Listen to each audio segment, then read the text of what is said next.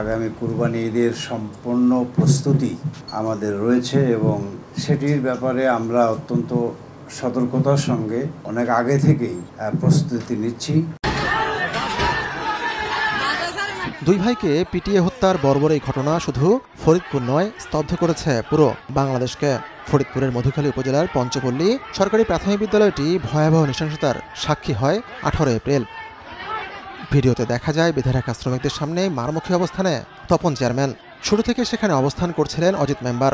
এর আগে রটিয়ে দেওয়া হয় স্কুলের পাশের কালী মন্দিরে আগুন দিয়েছে শ্রমিকেরা। যদিও গত কয়েকদিনের অনুসন্ধান নিহতদের পরিবার এবং স্থানীয়রা বলেছেন স্কুলের ঠিকাদারের কাছে চাঁদা না পাওয়া এবং ওই দুই ভাই চাঁদা নিতে বাধা দেয় শুরুতে মারধর এবং পরে আগুন দেবার নাটক সাজান চেয়ারম্যান তপন। এই চেয়ারম্যান চাঁদা চাইছে, ওরা চাঁদা দিতে ব্যর্থ হয়েছে, এই কারণেই এইভাবে মারা হয়েছে। বিকাশে কম খরচে ক্যাশ আউটের লিমিট বেড়ে 50,000, প্রিয় এজেন্টও 2টা। সেই ঘটনা 10 দিন পর রোববার সচিবালয়ে সংবাদ সম্মেলন ডাকেন স্থানীয় এমপি মৎস্য ও প্রাণী সম্পদ মন্ত্রী আব্দুর রহমান। নিজ নির্বাচনী আসনের বিষয়ে সচিবালয়ে সংবাদ সম্মেলন কেন, সেই প্রশ্নের সুযোগ না দিয়ে মন্ত্রী শুরু করেন আসন্ন ঈদের গরু ছাগলের প্রসঙ্গ।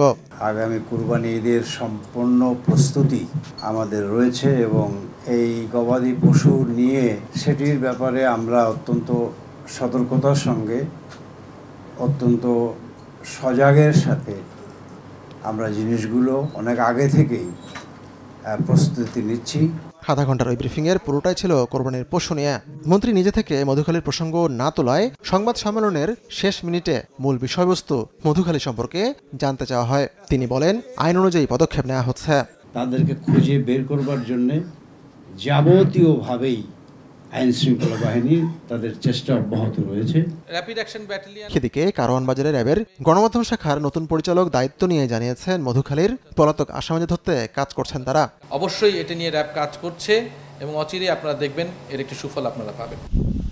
সেই হত্যাকাণ্ডে 10 দিন পরও আতঙ্কের জনপদ ফরিদপুরের মধুখালী। শহর থেকে 60 কিলোমিটার দূরে নিভৃত 5টি গ্রাম নিয়ে গঠিত পঞ্চপল্লী, যেখানে প্রায় শতভাগ মানুষই হিন্দু সম্প্রদায়ের। বহিরাগত শ্রমিকেরা সেখানে ভর সন্ধ্যায় কিভাবে আগুন দেওয়ার সাহস পাবে তা নিয়ে খোদ হিন্দু সম্প্রদায়ের মানুষের মধ্যে রয়েছে নানা প্রশ্ন।